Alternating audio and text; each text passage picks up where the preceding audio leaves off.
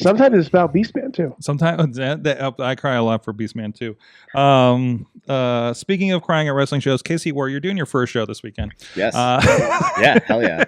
This is your first time that you've put together a show. Tell us a little bit about what we're doing in Cleveland this weekend. Yeah. So my wife and I were approached by Great Lakes Brewery. We have a long-standing history with them. We went out there for a tour of the brewery, our first anniversary of us dating. And we got married there in December of 23. And we've been friends with the staff since. And they're all super huge wrestling fans.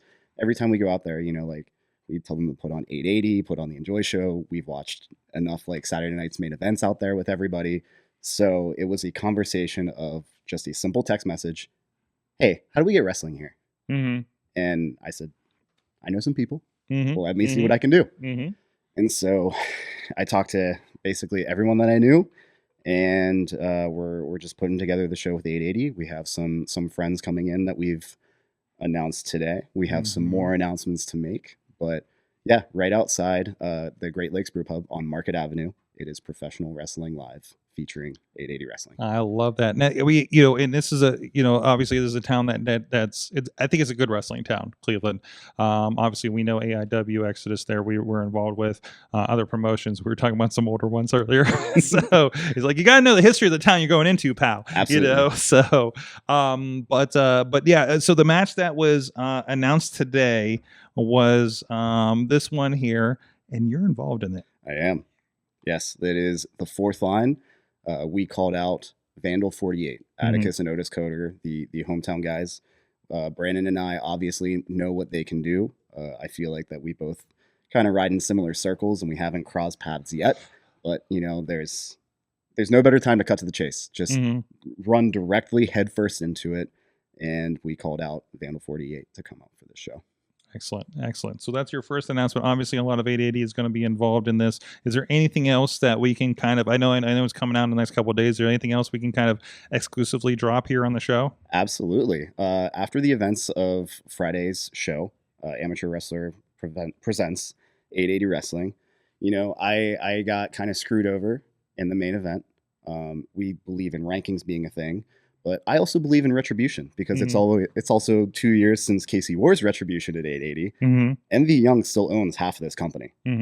And got together with Envy and said, hey, I think the leaders by example could use a little bit of a example of their own. So there's a little bit of comeuppance in partnership with our friends here at indiewrestling.us. It is going to be the leaders by example, Clayton King, amateur wrestler Reese Hayes, and some guy named John against TME and Envy Young. That's a big team. Yes, it is. It's a lot of meat on that team. Oh yeah, that's a lot. Yeah. I personally am very, very excited about that one, just because a certain little ferret boy certainly has some comeuppance headed his way. I think that Reese has lost himself in his mustache and whatever nonsense comes with that. And I don't need an excuse to pick on John. Listen, with great mustaches come great responsibility. Okay, so right.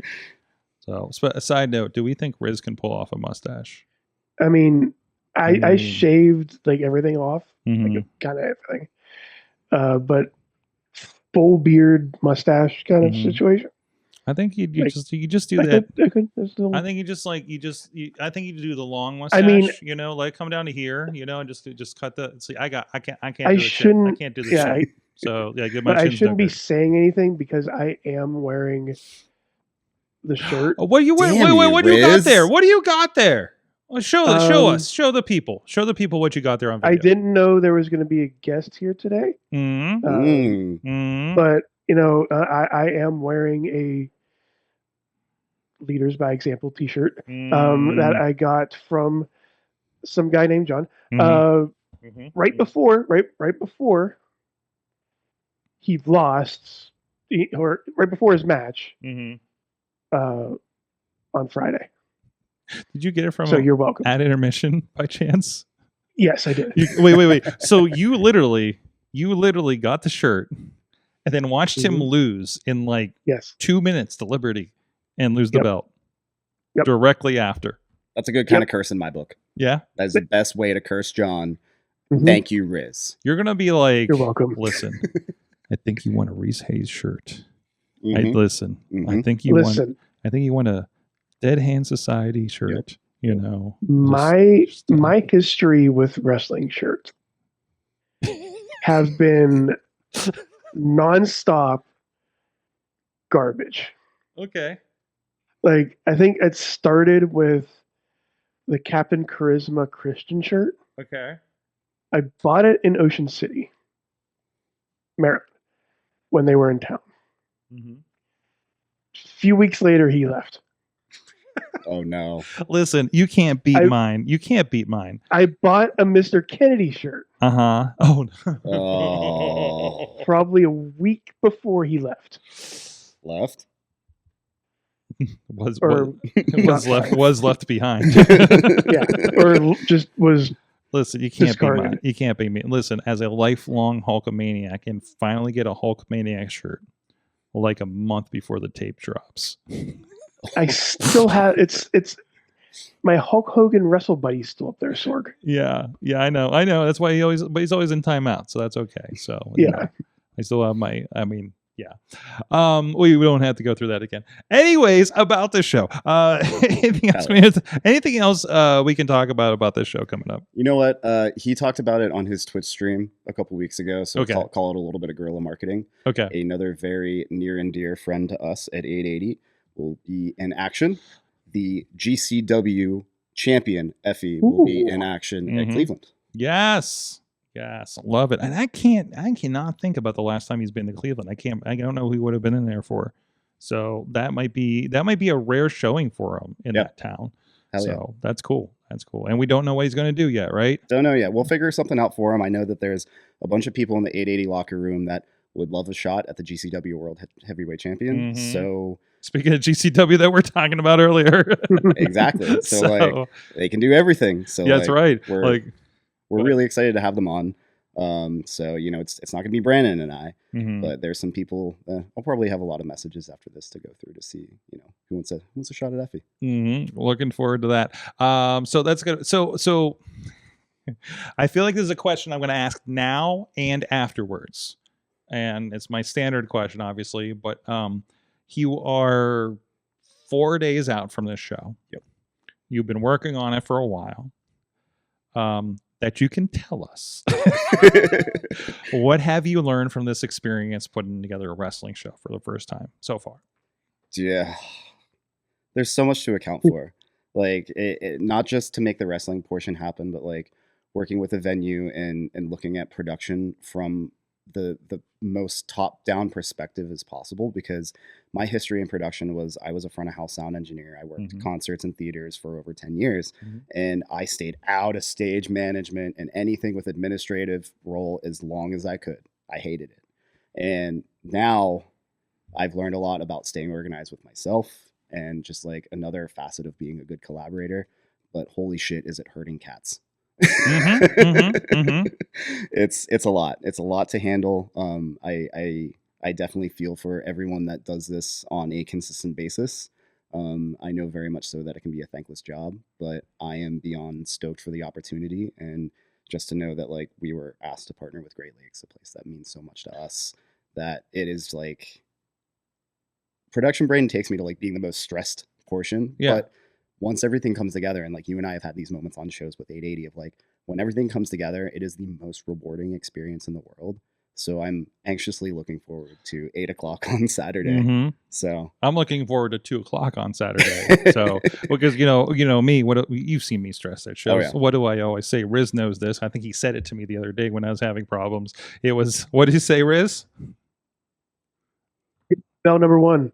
Give me to the bell. Give me the first bell. Give me the first bell, and then we'll be okay. Exactly. You know, everything before that is you know, we give me the first bell and everything's rolling and there's no problems. We're good. Smooth sailing. The hardest part is the start of the show for me, and even as it is, like we're not streaming the show. We are recording. We'll have IndieWrestling.us cameras there to capture the show.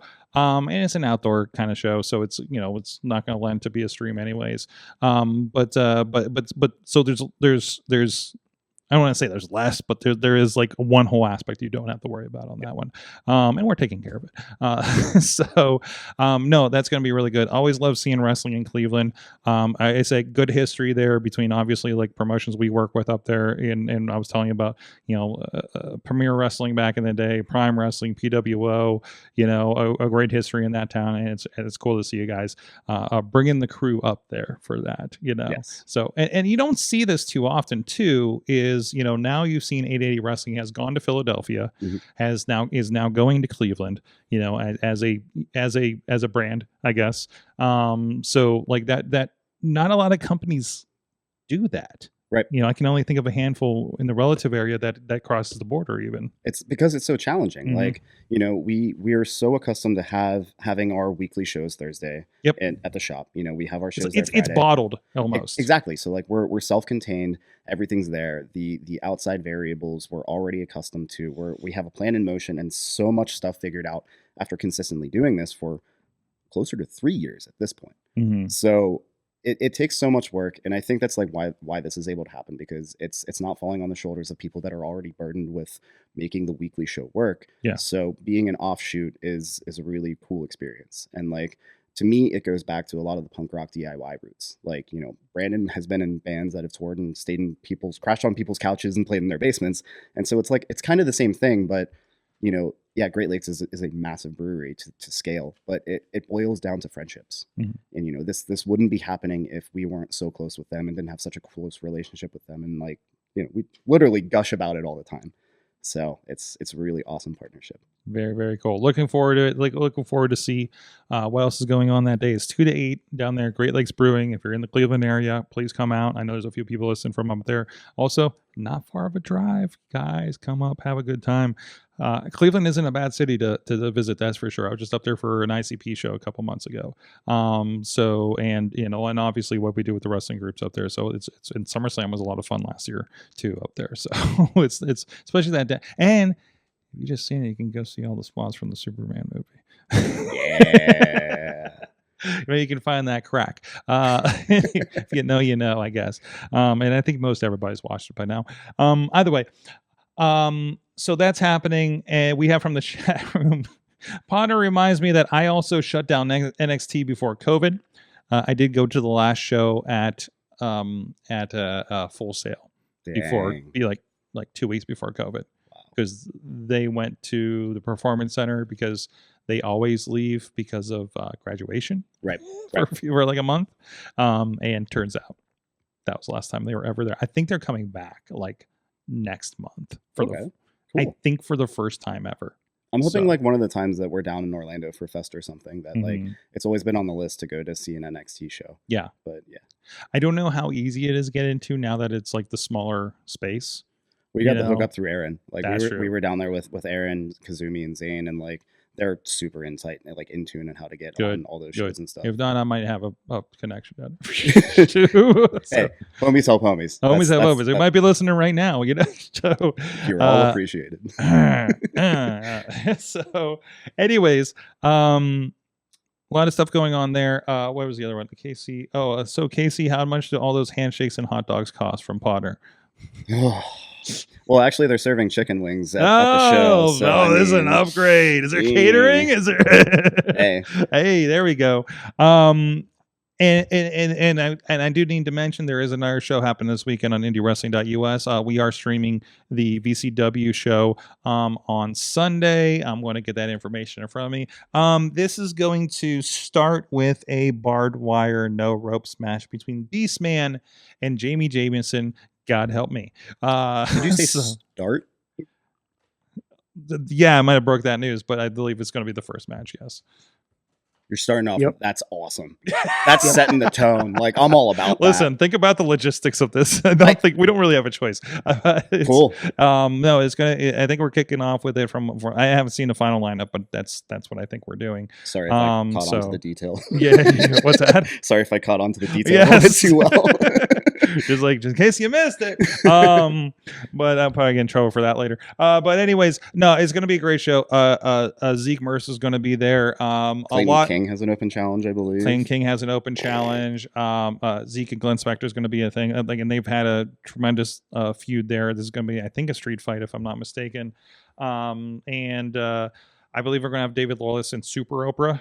Yes, yeah, is going to happen, which is, I mean, that's going to be a hell of a match. Yes. I mean, that's going to be fun. We do have Mad Dog Myers in the Saturday Night Special. You know, we'll see if there's more wedgies in store for us. Who knows? Against Colton Not Quinn, for us. Izzy Not for Lambert, us. and the wrestling mime, one of our favorite wrestlers, Jean-Paul Le Miserable. So really good to see them again. I miss the wrestling mime. So good. We should have him on the show. I don't know. Listen. They have a lot to say. Yeah. Don't put him in a box like that. Dad jokes. If you know, you know. Oh, the dad jokes are real. Dad jokes all day. Dad jokes all day. What is this? I just found a really weird post that I will not get into right now. But I'm just going to screen cap that for later and try to find the rest of these matches and not get into that controversy. Yo, Facebook be wild right now. That's all you need to know. There's barbed wire. There's Super Oprah. That's all you need to know right now. It's going to be on the IndieWrestling.us. Man, the last time I saw Super Oprah, they were pulling barbed wire out of their arm. Shit. Yeah, that was an unfortunate incident for everybody. So I don't think they were even supposed to be in that match. So no, they weren't. That's what happens when that's what happens. Don't come late to a show. Make sure your car doesn't break down. You might end up in the hardcore match. So shit happens. But either way, and also you might make somebody wrestle for a half an hour in the crowd and scared small children that are lost and wandered into the building. It's another story for Patreon.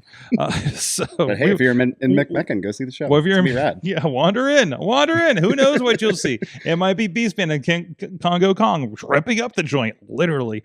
Ask Cole sometime about that.